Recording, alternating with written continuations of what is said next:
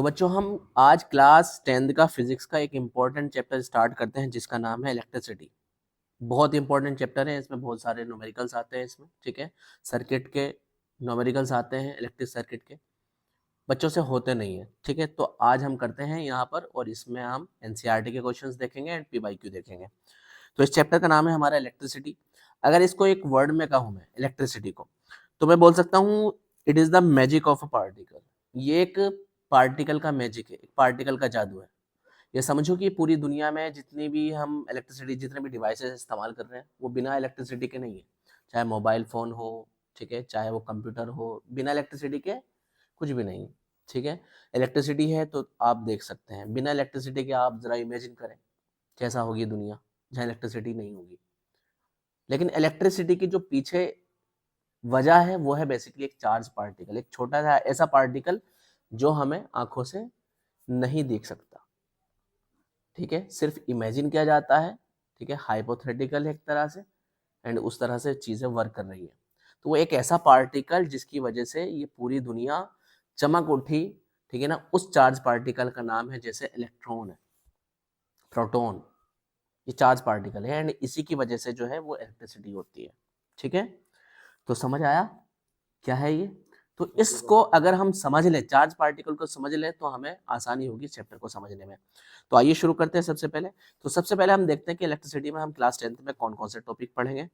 तो सबसे पहले तो देखो, जैसे कि मैंने बताया है कि चार्ज पार्टिकल, तो इलेक्ट्रिक चार्ज क्या होता है, दूसरा इलेक्ट्रिक करंट क्या होता है, तीसरा electric potential. Basically electric charge को अगर हम समझ लेंगे तो करंट को समझ लेंगे एंड इलेक्ट्रिक पोटेंशियल को समझ लेंगे। फिर उसके बाद हम ओम्स लॉ पढ़ेंगे, रेसिस्टेंस पढ़ेंगे, कॉम्बिनेशन, जब कई सारे रेसिस्टेंस मिलते हैं साथ में तो उनका जो टोटल रेसिस्टेंस आता है वो कितना आता है, तो कॉम्बिनेशन ऑफ रेसिस्टेंस हम यहाँ पे पढ़ेंगे। कॉम्बिनेशन कौन कौन से हो सकते हैं, सीरीज में हो सकते हैं, पैरेलल में हो सकते हैं। तो सीरीज में कनेक्ट करेंगे तो तब कितना टोटल कितना होगा रेसिस्टेंस, अगर पैरेलल में कनेक्ट करेंगे तो तब कितना टोटल होगा रेसिस्टेंस। सर्किट डायग्राम पढ़ेंगे, इलेक्ट्रिक पावर के बारे में पढ़ेंगे, इलेक्ट्रिक एनर्जी पढ़ेंगे, heating effect of electric current जिसको हम जूल्स लॉ भी बोलते हैं ये पढ़ेंगे, application of heating effect of electric current. तो ये सारे टॉपिक्स हमारे क्लास 10th के टॉपिक हैं।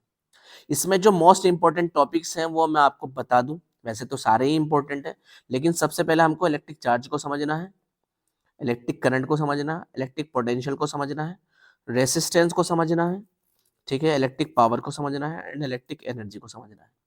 बाकी जितने भी टॉपिक्स हैं वो सारे इस पर डिपेंड करते हैं जो मैंने टॉपिक्स आपको बताए। क्लियर? तो आइए शुरू करते हैं। सबसे पहले हम जानते हैं कि इलेक्ट्रिसिटी होती क्या है। सबसे पहले ये समझते हैं कि इलेक्ट्रिसिटी होती क्या है, ठीक है।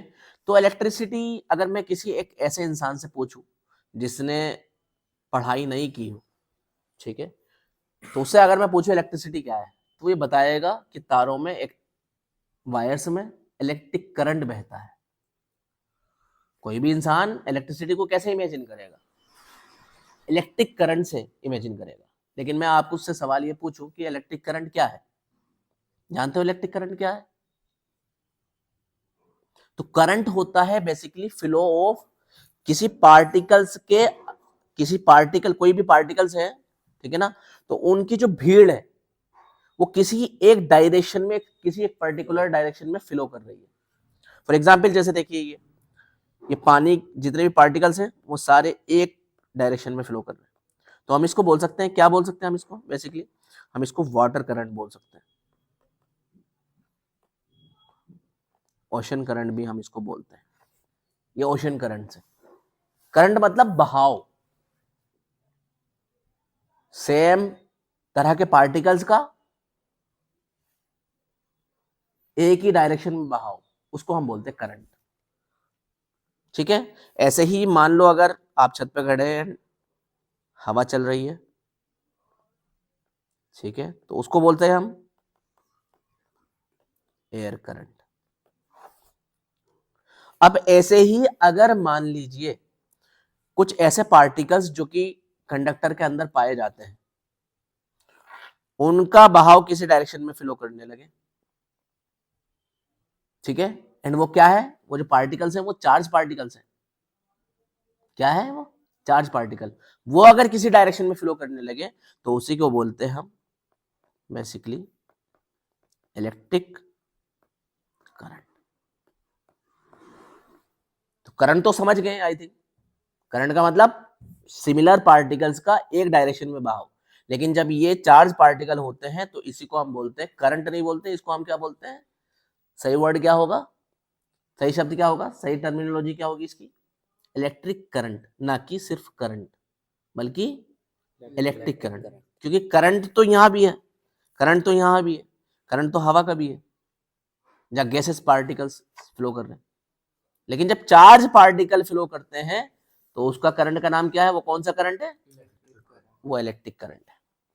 समझ आया बात? तो इलेक्ट्रिक करंट क्या है ये आप सिंपल भाषा में, सिंपल लैंग्वेज में आप समझ गए। अब इलेक्ट्रिक चार्ज के बारे में समझते हैं। सबसे पहले ये इलेक्ट्रिक चार्ज होता क्या है? हमने इलेक्ट्रिक चार्ज का फ्लो तो देख लिया, जब इलेक्ट्रिक चार्ज फ्लो करते हैं तो उसको इलेक्ट्रिक करंट बोलते हैं। इलेक्ट्रिक चार्ज होता क्या है? तो देखिए, किसी भी ऑब्जेक्ट के पास एक प्रॉपर्टी आपने पढ़ी होगी, किसी भी ऑब्जेक्ट के पास उसका एक मास होता है। ठीक है, क्या होता है? मास होता है। ठीक है, एक मास एंड ये दूसरा मास। जब दो मास आपस में पास पास रखे होते हैं तो हमें एक फोर्स देखने को मिलती है जिसको क्या बोलते हैं? Gravitational force.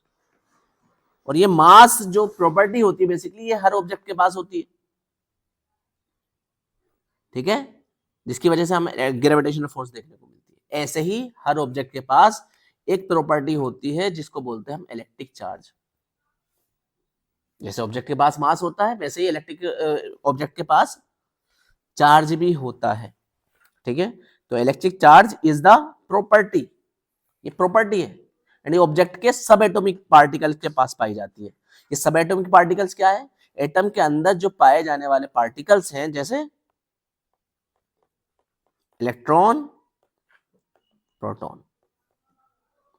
ये इलेक्ट्रॉन प्रोटॉन जो पाए जाते हैं इनको सब एटॉमिक पार्टिकल्स बोलते हैं एंड इनके पास एक प्रॉपर्टी होती है जिसकी वजह से जितने भी इलेक्ट्रिक और मैग्नेटिक इफेक्ट्स हैं वो हमको देखने को मिलते हैं। समझ आई बात?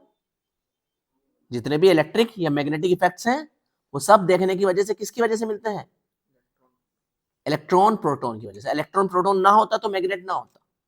अगर एक मैग्नेट दूसरे मैग्नेट को रिपल या अट्रैक्ट कर रहा है, एक मैग्नेट दूसरे मैग्नेट को रिपल या अट्रैक्ट कर रहा है तो उसके पीछे सिर्फ एक रीजन है, वो है उनके पीछे उनके अंदर पाए जाने वाले चार्जेस पार्टिकल, इलेक्ट्रॉन्स।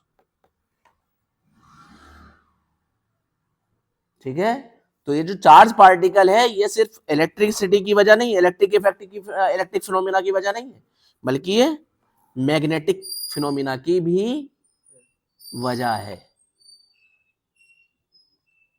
कोई वायर के अंदर अगर करंट बहता है तो उसके पीछे उनके अंदर पाए जाने वाले चार्ज पार्टिकल्स हैं। एक ऑब्जेक्ट अगर एक मैग्नेट दूसरे मैग्नेट को अगर रिपल करता है तो उसके पीछे जो रीजन है वो बेसिकली उनके अंदर पाए जाने वाले चार्ज पार्टिकल्स है। पहले बताइए, समझ गए? ठीक है, तो electric charge is a property of sub atomic particles of matter. Matter के पास जो सब एटॉमिक पार्टिकल्स होते हैं, ठीक है, उनकी एक प्रॉपर्टी होती है जिसकी वजह से हमें इलेक्ट्रिक एंड मैग्नेटिक फिनोमिना देखने को मिलते हैं। अब यहाँ पे देखिए जरा, ठीक है, यहाँ पे देखिए, मान लीजिए हमने सोडियम का एटम ले लिया। सोडियम का एटॉमिक नंबर क्या है बता सकते हो? सोडियम का एटॉमिक नंबर होता है 11। सोडियम का एटॉमिक नंबर 11, मतलब इसके अंदर 11 प्रोटॉन है। इसके अंदर कितने प्रोटॉन है? 11 प्रोटॉन। अब 11 प्रोटॉन का मतलब इसके अंदर फिर 11 इलेक्ट्रॉन्स हैं। ठीक है, तो अगर हम इसको ऑर्बिट में अरेंज करें तो क्या कैसे कैसे आएंगे बताएं, बता सकते हैं? पहले 2, 8 एंड 1। अब ये अपना ऑक्टेट पूरा करेगा, तो ऑक्टेट पूरा करने के लिए इसको एक इलेक्ट्रॉन्स को क्या कर देना चाहिए? डोनेट कर देना चाहिए, रिलीज कर देना चाहिए उसे, ठीक है ना, या किसी एटम पे ट्रांसफर कर देना चाहिए। ठीक है, यानी ये एक इलेक्ट्रॉन को लॉस कर देगा। एंड जब ये एक इलेक्ट्रॉन को लॉस कर देगा, देखिए ये आउटर ऑर्बिट वाले में एक है, एंड जब इसको ये लॉस कर देगा तो अब इसका देखिए ये वाला ऑक्टेट पूरा है, कंप्लीट है, 5 6 7 8। अब ये इसका फिल है पूरी तरह से। अब इसके पास ये जो फालतू था ये नहीं है, इसका ऑक्टेट यानी 8 इलेक्ट्रॉन्स आउटर ऑर्बिट में फिल है, ठीक है। तो इसने जब एक इलेक्ट्रॉन लॉस कर दिया, अब आप इसको समझे जरा, इसको समझे, प्रोटॉन कितने हैं अब भी इस पे, प्रोटॉन कितने हैं इस पे, प्रोटॉन अब भी 11 जो कि न्यूक्लियस के अंदर पाए जाएंगे, लेकिन इलेक्ट्रॉन्स कितने हो गए इसके अंदर, 10। तो एक इस पे जो चार्ज पार्टिकल है, जो प्रोटॉन का इफेक्ट है वो देखने को ज्यादा मिलेगा आपका। एंड प्रोटॉन पे जो चार्ज होता है वो बेसिकली पॉजिटिव चार्ज होता है। कैसा चार्ज होता है, प्रोटॉन पे पॉजिटिव चार्ज होता है, एंड इलेक्ट्रॉन पे कैसा चार्ज होता है, निगेटिव। तो याद रखो कि यहाँ पे इलेक्ट्रॉन प्रोटॉन जो है 11 प्रोटॉन्स जो है वो 10 इलेक्ट्रॉन से ज्यादा हो गए, तो हम बोल सकते हैं कि इस पे पॉजिटिव चार्ज ज्यादा हो गया नेगेटिव चार्ज। एंड कितना ज्यादा हुआ, बाई 1, ठीक है। तो यहाँ पे हम इसको क्या लिख सकते हैं, हम इसको लिख सकते हैं, इस एटम को लिख सकते हैं हम Na पॉजिटिव। तो इसका बोल सकते हैं कि ये जो एटम है ये अब इस टाइम कैसा है, ये पॉजिटिवली चार्ज है। कैसा है ये, सोडियम का जो एटम है ये पॉजिटिवली चार्ज। एंड यहां पर कैसा था ये, यहाँ पे ये न्यूट्रल था। क्या था, न्यूट्रल। न्यूट्रल का मतलब होता है जहां पे इलेक्ट्रॉन्स एंड प्रोटॉन्स बराबर हो। एंड यहाँ पर प्रोटॉन ज्यादा है तो एक पॉजिटिव चार्ज जो है वो ज्यादा देखने को हमको मिलता है, ठीक है। एंड यहाँ पे कितना चार्ज होगा, न्यूट्रल चार्ज मतलब चार्ज कितना होगा, 0। चार्ज कितना, 0। तो अगर आपसे कोई क्वेश्चन पूछे कि अगर चार्ज किसी भी ऑब्जेक्ट पे चार्ज 0 है तो क्या उस पर इलेक्ट्रॉन प्रोटॉन नहीं है इलेक्ट्रॉन प्रोटॉन, लेकिन बराबर मात्रा में, बराबर नंबर्स में, और एक दूसरे के इफेक्ट को कैंसिल आउट कर रहे हैं। तो हम बोल सकते हैं कि बॉडी इज न्यूट्रल। अब इस टाइम हम एक तरह से स्टेबल कंडीशन में बैठे हैं, हमारे पास जो इलेक्ट्रॉन प्रोटॉन है वो बराबर मात्रा में। अगर हम पे कोई पॉजिटिव चार्ज या नेगेटिव चार्ज होता तो शायद हम एक दूसरे मतलब ऐसे अट्रैक्ट कर रहे होते किसी भी चीज को जिस पे चार्ज होता, समझे बात।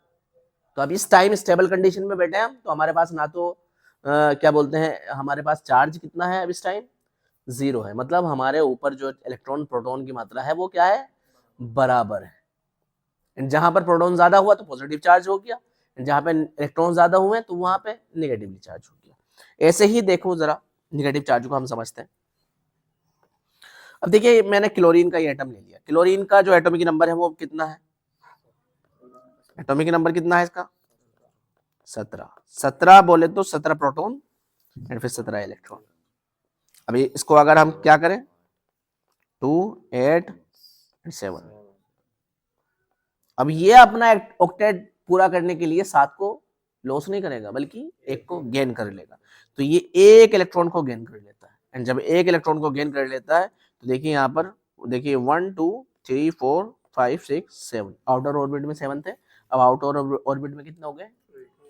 इस कंडीशन में 17 प्रोटॉन 17 इलेक्ट्रॉन, मतलब चार्ज कितना है, चार्ज कितना है, 0। मतलब बॉडी कैसी है, लेकिन जैसे ही यहाँ पर एक इलेक्ट्रॉन ज्यादा हुआ, प्रोटॉन तो 17 ही रहा, लेकिन एक इलेक्ट्रॉन ज्यादा हो गया तो मतलब निगेटिव चार्ज जो है वो ज्यादा हो गया पॉजिटिव चार्ज से। तो हम यहाँ पे बोल सकते हैं कि जो क्लोरीन का एटम है उस पर आपको निगेटिव चार्ज देखने को मिलेगा। समझ आई बात। तो अब समझ लो यहाँ पर टाइप्स ऑफ चार्ज कितने हैं, टाइप्स ऑफ चार्ज कितने हैं, पॉजिटिव एंड, हम कब बोल सकते हैं कि कोई भी बॉडी पॉजिटिवली चार्ज है, बता सकते हो मुझे, हम कब बोल सकते हैं कि कोई भी बॉडी पॉजिटिवली चार्ज है, जब नंबर ऑफ प्रोटॉन्स, ठीक है, क्या हो, नंबर ऑफ इलेक्ट्रॉन से ज्यादा हो। नंबर ऑफ, इसे मैं बिल्कुल शॉर्ट में लिख देता हूं, number of proton greater than किससे हो, नंबर ऑफ इलेक्ट्रॉन से। एंड निगेटिवली चार्ज कब बोलेंगे हम किसी भी बॉडी को, जब नंबर ऑफ इलेक्ट्रॉन्स ग्रेटर होंगे नंबर ऑफ प्रोटॉन। ये बात ठीक है, समझ लिए, समझ आ गया, ठीक है। एंड न्यूट्रल बॉडी कब बोलेंगे, कोई भी बॉडी न्यूट्रल है जब नंबर ऑफ इलेक्ट्रॉन्स बराबर हो नंबर ऑफ प्रोटॉन, ठीक है। इतनी बात समझ आई है। तो types of charge, positive charge, negative charge, number of proton ज्यादा है नंबर ऑफ इलेक्ट्रॉन से तो positive charge body, and number of electrons अगर ज्यादा है तो नेगेटिवली चार्ज बॉडी। इतनी बात समझ आई, ठीक है। अब यहाँ पर देखिए ये इन्होंने एक पिक्चर दी है, अब बड़ी इंपॉर्टेंट है। यहाँ पे ये गिलास है, ठीक है, गिलास रोड है, इस पे पॉजिटिव चार्ज है। कैसे चार्ज है इसमें, पॉजिटिव। दूसरी गिलास रोड लाए हम यहाँ पर, जब दोनों सिमिलर चार्ज, दोनों पे सिमिलर चार्ज है, तो जब सिमिलर चार्ज है तो दोनों रिपल करेंगे। कौन क्या करेंगे, रिपल करेंगे।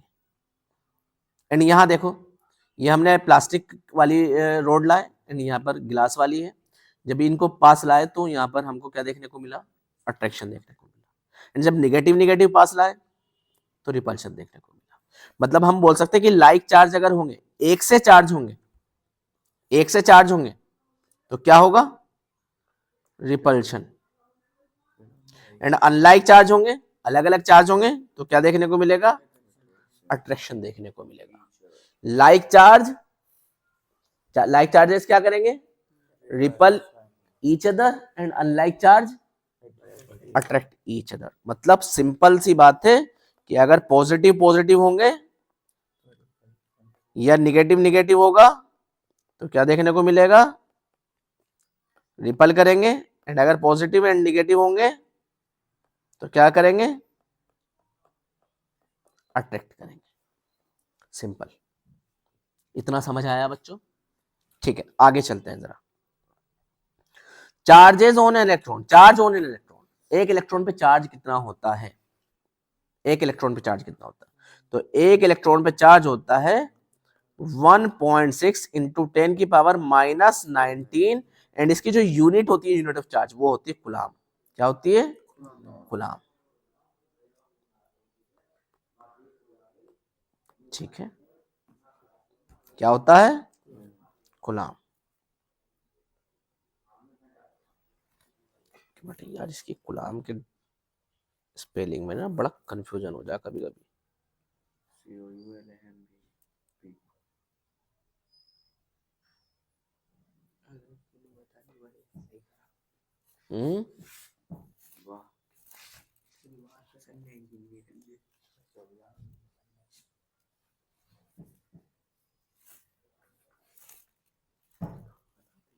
हाँ, ठीक है।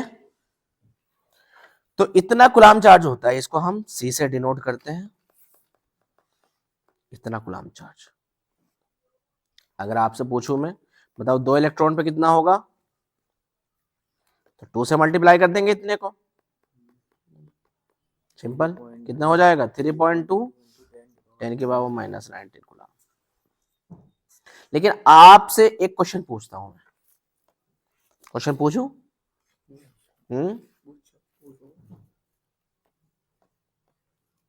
बताओ क्या ये एग्जिस्ट करेगा,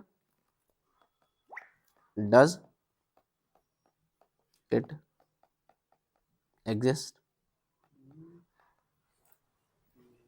क्या एग्जिस्ट करेगा, क्या इतना चार्ज हो सकता है, पॉसिबल है।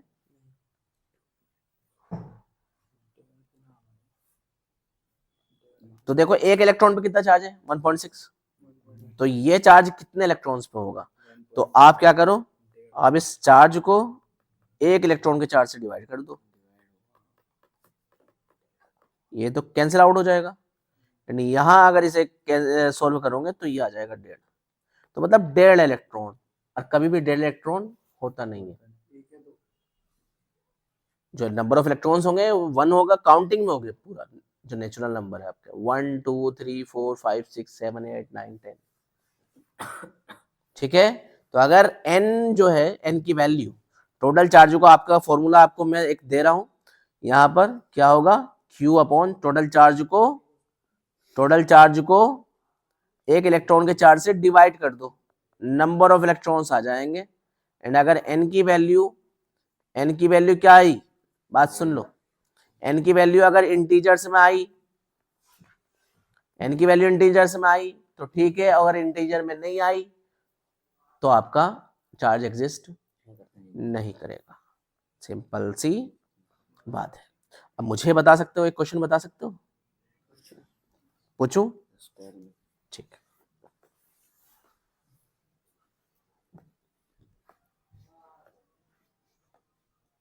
बताओ बच्चों।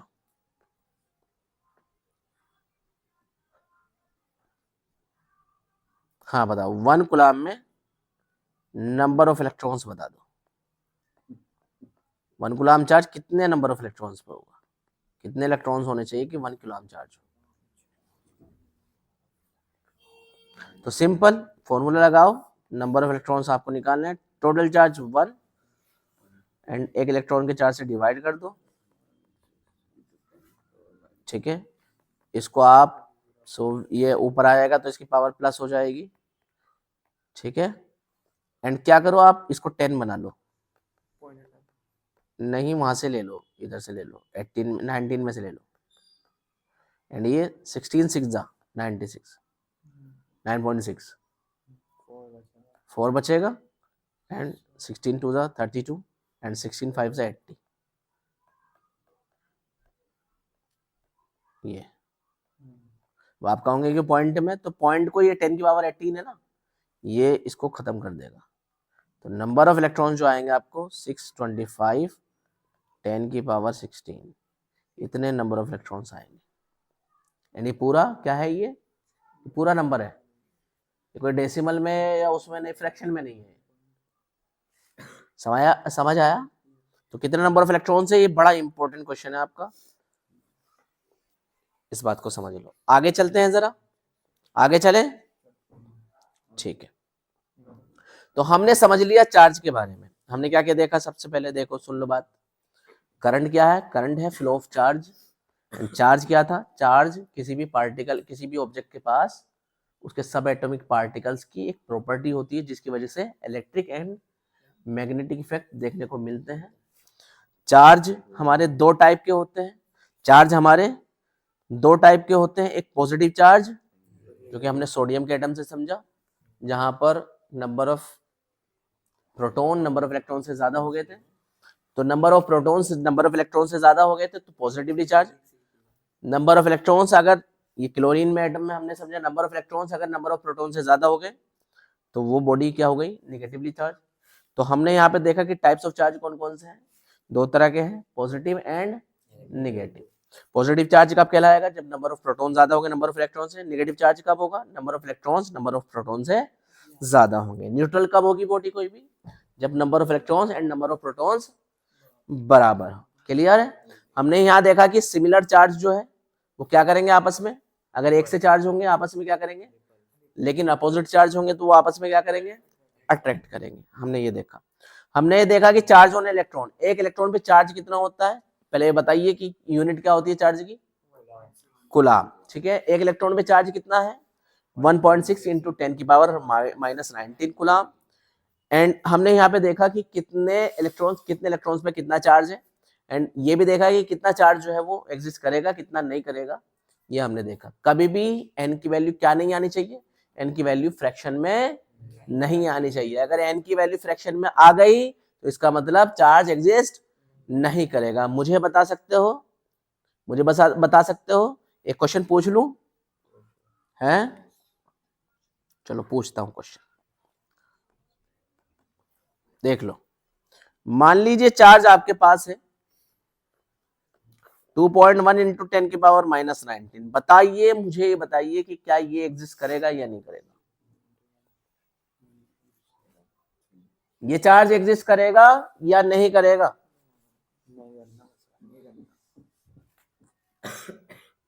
तो देख लो, एन हमको निकालना है, टोटल चार्ज को एक इलेक्ट्रॉन के चार्ज से डिवाइड देना है, टोटल चार्ज यहाँ पे हमने रख दिया, पुट कर दिया, एंड एक इलेक्ट्रॉन का चार्ज ये होता है, ये कैंसिल आउट हो जाएगा, ये पॉइंट से पॉइंट जाएगा, एंड आ गया 21/16।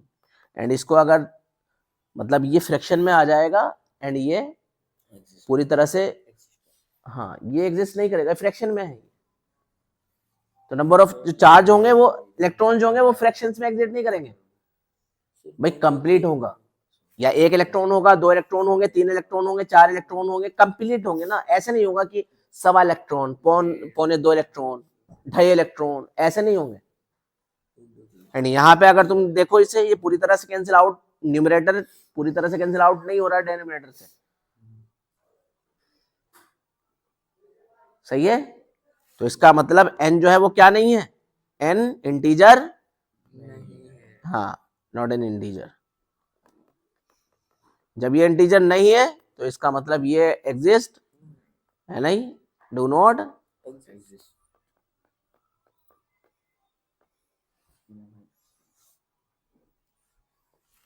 इतना समझ आया। आगे चलते हैं, बड़ा इंपॉर्टेंट हो, इलेक्ट्रिक करंट। शुरू में ही बता दिया मैंने, करंट क्या है, करंट है flow of charge, flow of charge. अब एक कंडक्टर के अंदर इलेक्ट्रॉन्स बह रहे हैं, इतना समझ लो भाई इधर। अब इलेक्ट्रॉन्स बह रहे हैं इसके अंदर, इलेक्ट्रॉन बह रहे हैं, ठीक है, इलेक्ट्रॉन फ्लो कर रहे हैं, इलेक्ट्रॉन फ्लो कर रहे हैं, कितने भी हो सकते हैं। तो कितनी क्वांटिटी बहनी चाहिए इलेक्ट्रॉन्स की, तब वो 1 एम्पियर, जो इसकी यूनिट होती है बेसिकली करंट की, वो एम्पियर होती है। तो कितना अमाउंट इलेक्ट्रॉन्स बहने चाहिए कि 1 एम्पियर करंट हो जाए। हम कब कहेंगे कि करंट जो है वो 1 एम्पियर है, कब कहेंगे ये बात, कैसे डिफाइन करेंगे।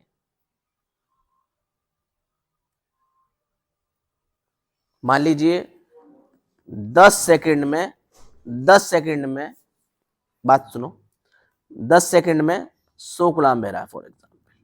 कितना गुलाम, 1 सेकंड में कितना बहेगा, तो 100 तो 10 गुलाम बहेगा। तो यही होता है बेसिकली एम्पियर।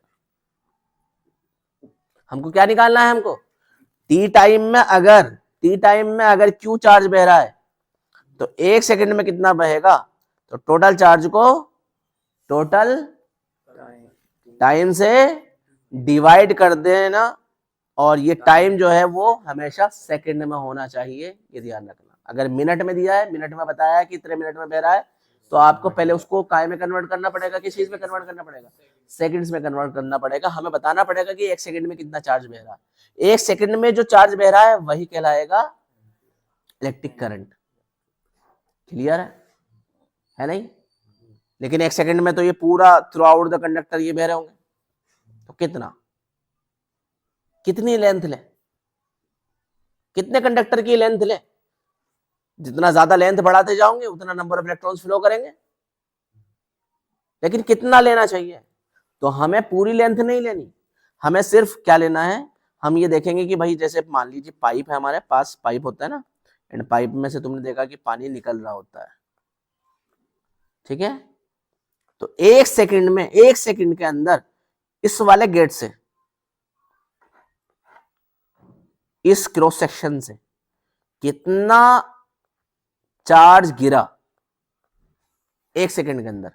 पूरी लेंथ की बात नहीं कर रहे हैं, पूरी लेंथ की बात नहीं कर रहे हैं, सिर्फ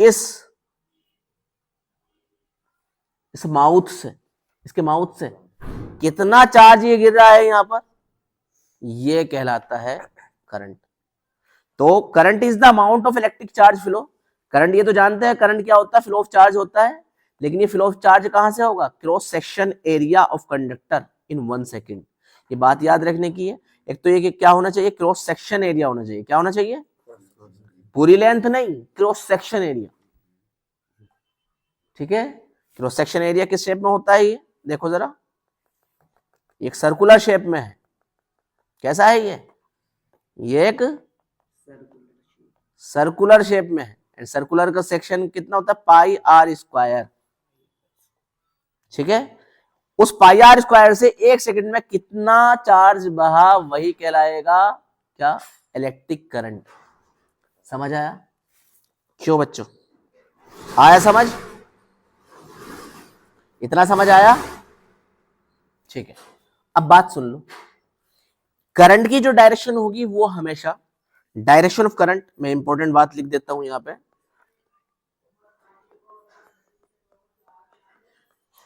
डायरेक्शन ऑफ करंट जो होगी, ठीक है, तो डायरेक्शन ऑफ करंट होगी वो in the same direction of, इधर देख लो, in the same direction of flow of positive charge.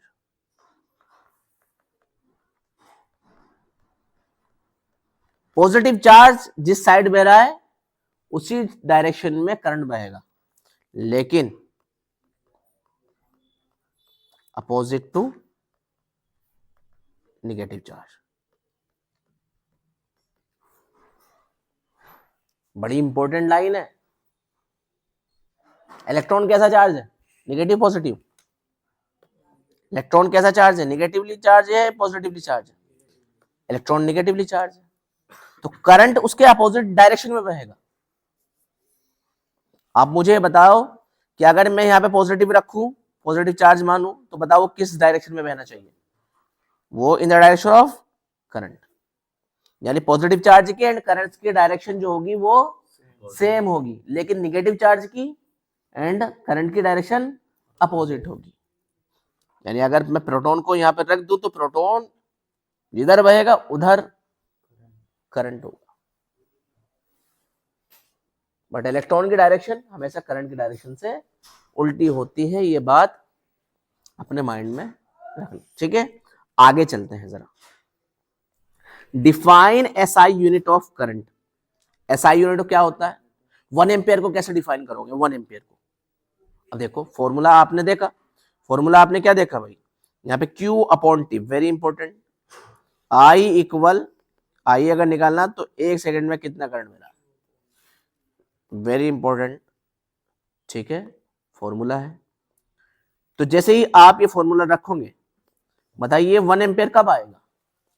1 ampere तब आ सकता है जब चार्ज भी 1 कूलम हो एंड टाइम भी 1 सेकेंड हो। तो 1 को 1 से डिवाइड करेंगे तो 1 ही तो आएगा ना, ठीक है। यानी 1 को अगर 1 से डिवाइड करेंगे तो तभी 1 आएगा। तो हम बोल सकते हैं कि करंट कितना बहा, 1 एम्पियर, ठीक है। यानी मैं बोल सकता हूं यहां पर, समझो इस बात को, समझो इस बात को, इफ 1 कूलम चार्ज, अगर 1 कूलम चार्ज एक कंडक्टर से 1 सेकंड में फ्लो कर रहा है, if 1 coulomb of charge flow through a conductor in 1 second, then we can say the current flowing through the conductor is known as 1 ampere.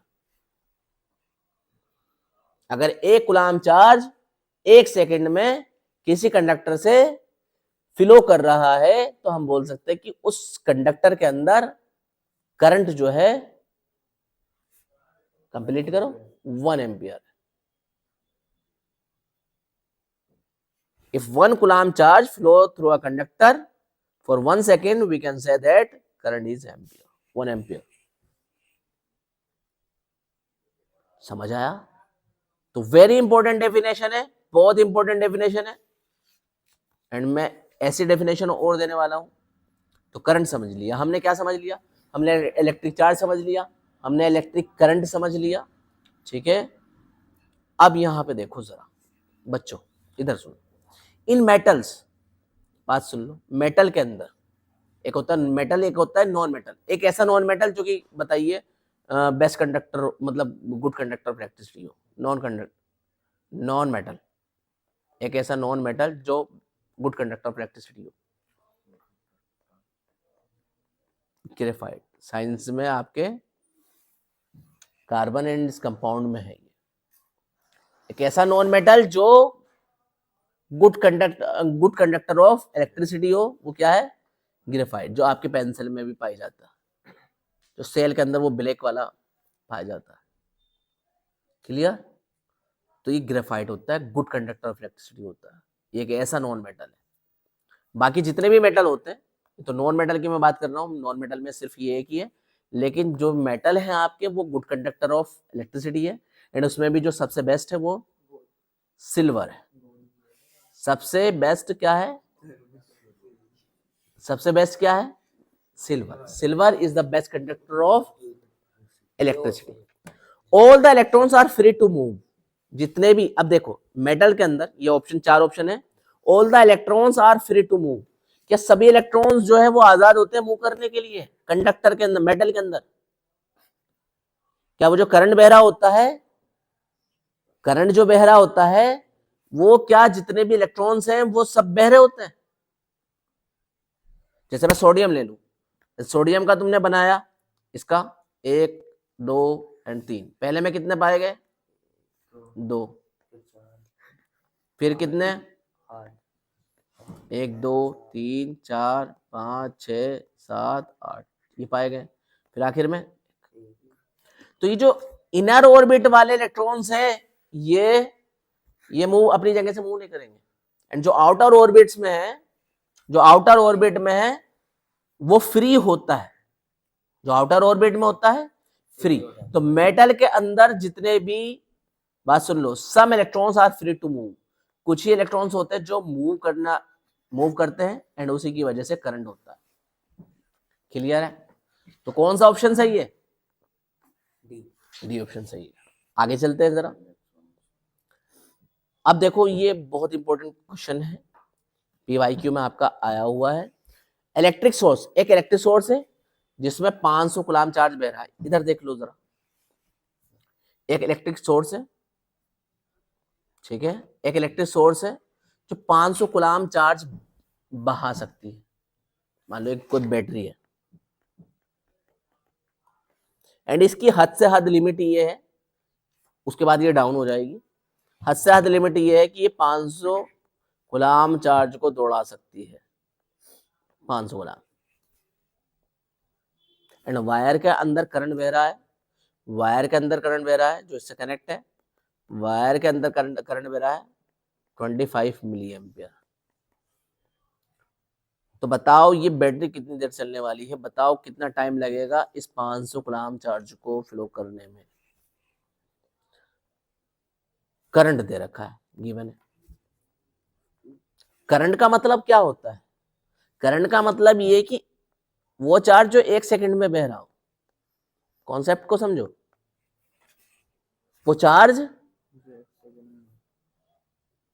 तो अगर किसी का, अगर करंट दे रखा है 25 milliampere, it means 1 second में, इसको मिली एम्पियर को एम्पियर में बदल लो, 10⁻³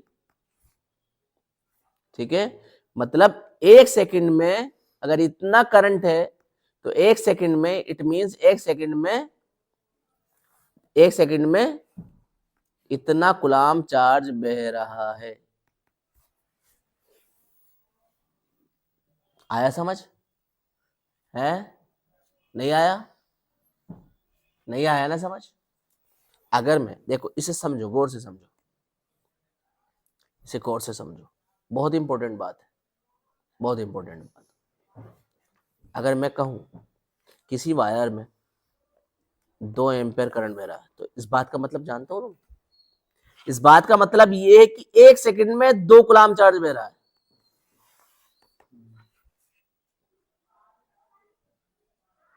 अगर मैं कहूं किसी वायर से 5 एम्पियर करंट जा रहा है, इट मींस इसका मतलब ये है कि 1 सेकंड में 5 कूलम चार्ज बह रहा है। करंट क्या है? करंट है चार्ज 1 सेकंड में कितना बह रहा है, टाइम से डिवाइड करना पड़ता तभी 1 सेकंड का आता है।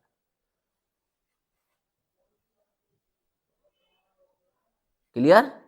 मान लो मैं आपको इसी से एक रिलेट क्वेश्चन दूं वैसे, जैसे मान लो 10 सेकंड में, 10 सेकंड में मान लो 20 कूलम चार्ज बह रहा है 10 सेकंड में, तो बताओ करंट कितना होगा? तो करंट निकाल दो, 20/10 total charge upon total time, तो कितना आ जाएगा? एम्पियर। तो एक तरह से ये चार्ज ही तो है जो 1 सेकंड में बह रहा है। जो वैल्यूज है करंट की, वो 1 सेकंड, जो करंट की वैल्यू होती है वो ये बताती है कि 1 सेकंड में कितना चार्ज बह रहा है। तो सेम वैल्यू होगी 1 सेकंड में चार्ज बहने वाली, जो करंट की वैल्यू है। क्लियर है? ठीक है, अब क्वेश्चन को समझो, ये कॉन्सेप्ट समझ गए? ठीक है, अब क्वेश्चन को समझो। वो बोल रहा है कि क्वेश्चन, ये जो बैटरी है ये ज्यादा से ज्यादा 500 कूलम चार्ज को फ्लो करवा सकती है जी। कितने को? हाँ, ये जो बैटरी है 500 कूलम चार्ज को। और आप समझे कि इसके अंदर एक टाइम में 25 मिली एम्पेयर करंट बह रहा है। तो बताओ ये बैटरी कितनी देर में चलने वाली है, कितना टोटल सप्लाई कितने टाइम में खत्म कर देगी पूरी अपनी? 500 कूलम निमट जाएंगे कितने सेकंड में?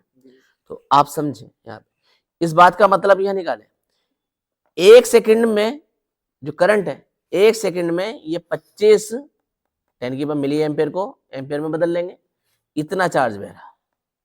समझे? समझ आ रहा है? इसको अगर हम निकालें तो देख लो जरा, I equal Q upon T.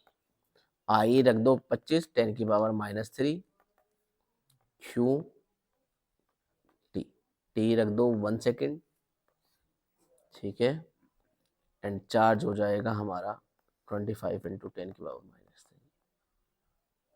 ठीक है, इट मीन्स ये 1 सेकंड में बहने वाला चार्ज है। ठीक है, 1 सेकंड में बहने वाला। तो बताओ 500 ग्राम कितनी देर में बहेगा?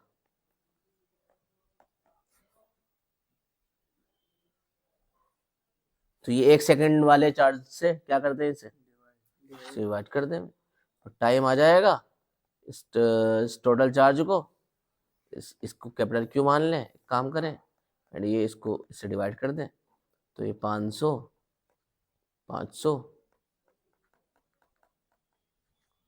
कितना हो जाएगा? 20 हो जाएगा। ये इतने सेकंड लेगी जी।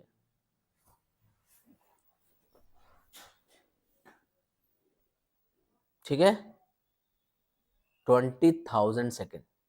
आर में बदल लोगे इसको, कितने सेकंड? 20,000 सेकंड। आर में बदल लोगे इसको, आर में बदलने के लिए 60 इंटू 60 से डिवाइड कर दो, तो 0 से 0 0 से 0। सही है, समझ आया? इसको डिवाइड कर सकते हैं तो आपको पता चल जाएगा कितना आवर्स में ये डिस्चार्ज हो जाएगी। क्लियर? आगे चलते हैं। अब देखो ये बहुत इंपॉर्टेंट सवाल है। मैंने क्या बताया, करंट क्या होता है? करंट क्या होता है? सिंपल लैंग्वेज में बताओ। 1 सेकंड में फ्लो करने वाला चार्ज, 1 सेकंड में फ्लो करने वाला चार्ज जो होता है वही करंट होता है। अब यहां इन्होंने बोल रखा है कि 1 मिनट में इतने इलेक्ट्रॉन्स बह रहे हैं। कितने इलेक्ट्रॉन्स? तो पहले तो आप ये समझे कि एक इलेक्ट्रॉन पे चार्ज कितना होता है, 1.6 इंटू 10 की पावर -19, है नहीं? और इतने इलेक्ट्रॉन्स बह रहे हैं, इसका मतलब चार्ज कितना हुआ? इसको मल्टीप्लाई कर दें, इतनी बात समझ आती है।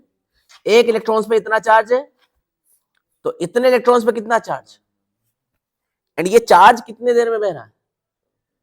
ये चार्ज कितनी देर में बह रहा है? 1 मिनट में बह रहा है। 1 मिनट में इतना चार्ज।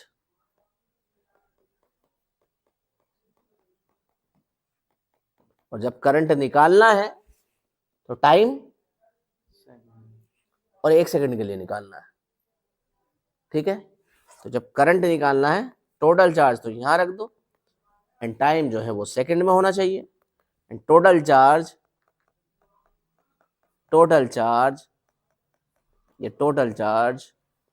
ये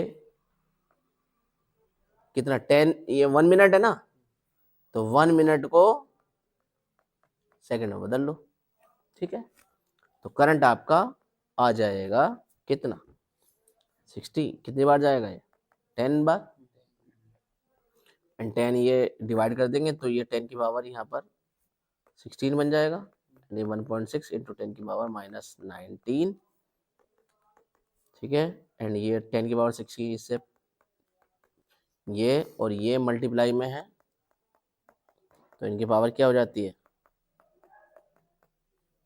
ये होती है, तो ये हो जाएगा 10 की पावर -3, 10 की पावर -3 एम्पियर, 10 की पावर -3 एम्पियर। और अगर एम्पियर को मिली एम्पियर में बदलना है तो 10 की पावर 3 से मल्टीप्लाई करना होगा, क्योंकि एक एम्पियर में 1000 मिली एम्पियर होते हैं। यहाँ ऑप्शन में मिली एम्पियर है, तो इसको अगर मिली एम्पियर में बदलना है तो 10 की पावर -3, 10 की पावर कहाँ से, 10 की पावर 3 से मल्टीप्लाई करना पड़ेगा। यानी ये 10 की पावर 3, 10 की पावर -3 एंड 10 की पावर 3 मल्टीप्लाई करेंगे तो इनकी पावर प्लस हो जाएगी, 10 की पावर 0 बचेगा। किसी भी नंबर की अगर पावर 0 होती है तो उसकी वैल्यू 1 हो जाती है, इनकी वैल्यू 1 हो जाएगी एंड ये 1.6 मिली एम्पियर आ जाएगा। समझ आया? तो आपको करंट निकालने के लिए नंबर ऑफ इलेक्ट्रॉन्स को डिवाइड करना पड़ेगा या चार्ज को डिवाइड करना पड़ेगा टाइम से? नंबर ऑफ इलेक्ट्रॉन्स को डिवाइड करना पड़ेगा या चार्ज को डिवाइड करना पड़ेगा? करंट निकालने के लिए चार्ज को डिवाइड करना पड़ेगा। एंड नंबर ऑफ इलेक्ट्रॉन्स आपको दे रखे हैं तो पहले उसे चार्ज में कन्वर्ट करेंगे। चार्ज में कन्वर्ट कैसे करेंगे नंबर ऑफ इलेक्ट्रॉन्स को? चार्ज में कन्वर्ट कैसे करेंगे नंबर ऑफ इलेक्ट्रॉन्स को? जब एक इलेक्ट्रॉन के चार्ज से मल्टीप्लाई कर देंगे, सिंपल। नहीं समझे? नहीं समझे ना? देखो, एक बच्चा जो इसको अगर डिवाइड करेगा, ये तो तुम्हें पता है सेकंड में रखा जाएगा, तो वो करंट नहीं निकाल पाएगा, बिकॉज उसने यहाँ पे नंबर ऑफ इलेक्ट्रॉन्स रखे हैं, उस पे पाया जाने वाला चार्ज नहीं रखा। ये चार्ज जब होगा जब एक इलेक्ट्रॉन पे चार्ज कितना होता है, 1.6 इंटू 10 की पावर -9, तो इतने नंबर ऑफ इलेक्ट्रॉन्स पे चार्ज कितना होगा, तो जब ये इसको इससे मल्टीप्लाई करेगा तब ये बनेगा Q आपका। अभी तो ये नंबर ऑफ E है, एक तरह से नंबर ऑफ इलेक्ट्रॉन्स है, जब इससे मल्टीप्लाई किया तब बना ये Q। इतना समझ आया बच्चों? आ जाते एक और क्वेश्चन कर लेते हैं, ये आज करंट वाला जो है पार्ट निपटाते हैं। इधर सुन लो बात, calculate the number of electrons, 1 coulomb में कितने इलेक्ट्रॉन्स होते हैं। तो अभी हमने डायरेक्ट देखा 1 कूलम में कितने इलेक्ट्रॉन्स होते हैं, तो क्या देखा था हमने, बताओ जल्दी से। 6.25 इंटू 10 की पावर, अभी जस्ट ऊपर देखा था 18, 625 10 की पावर 16 था, लेकिन पॉइंट में जब था तो वो 10 की पावर 18 था। कैसे निकाला? 1 कूलम में 1 कूलम को डिवाइड दे दिया एक कूलम के एक इलेक्ट्रॉन के चार्ज से, ठीक है, तो नंबर ऑफ इलेक्ट्रॉन्स आ चुके आपके, ठीक है, एंड वो कितना आया था, ये आंसर। आगे चले, what is the total quantity of charge flow in 8 minute when a current of 2 ampere. 8 minute में, बहुत इंपॉर्टेंट क्वेश्चन है, 8 मिनट में 2 एम्पियर, तो बताओ चार्ज कितना बहा। अब चार्ज जो बहेगा, देखो जरा फॉर्मूला रखो, I equal Q upon T, ठीक है, I कितना, I कितना, I कितना 2, Q कितना निकालना है, टाइम कितना 2 मिनट, 8 मिनट, एंड 8 मिनट को सेकंड में, तो कितना आ जाएगा ये Q, 8 इंटू 2 इंटू 60,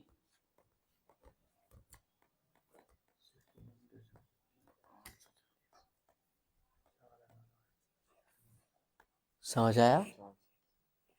समझ आया? तो प्रॉब्लम, आगे चलते हैं। समझ आया? ठीक है, आगे चलते हैं। A current of 0.5 ampere is drawn by filament of electric bulb for 10 minutes. Current इतना बह रहा, आई इतना है, टाइम 10 मिनट है, चार्ज कितना फिलो करेगा निकाल दोगे, बिल्कुल सेम वैसे ही क्वेश्चन। क्लियर, बस वैल्यूज बदली हुई। आगे चलते हैं। करंट को नापने के लिए, करंट को नापने के लिए कौन सा डिवाइस लगाते हैं भाई? एमीटर। कौन सा डिवाइस लगाते हैं? एंड ये हमेशा सीरीज में कनेक्ट होता है, पैरेलल में कनेक्ट नहीं होता। अगर किसी वायर में करंट बह रहा है तो ऐसा नहीं होगा कि यहां पर एमीटर कनेक्ट होगा, ये बिल्कुल इसको यहां पर रास्ते में ही लगाएंगे करंट के, तो सीरीज में ही कनेक्ट होता है, ये ध्यान रखना। ठीक है, इतना समझ आया? आगे देखते हैं। आगे अगला जो टॉपिक है वो है हमारा electric potential and potential difference. हमने कौन कौन सा टॉपिक पढ़ लिया? हमने देख लिया, शुरुआत में देखो जरा बच्चों, इधर देख लो, शुरुआत में देखो जरा,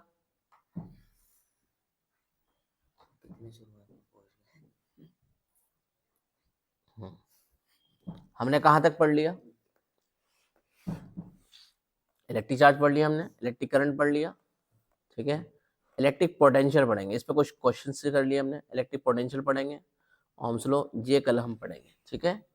तो यहाँ तक हमारा इलेक्ट्रिक करंट तक कंप्लीट हो गया एंड इस पे क्वेश्चंस देख लिया, ठीक है। आई थिंक आपको, मुझे लगता है कि आपको समझ आया होगा।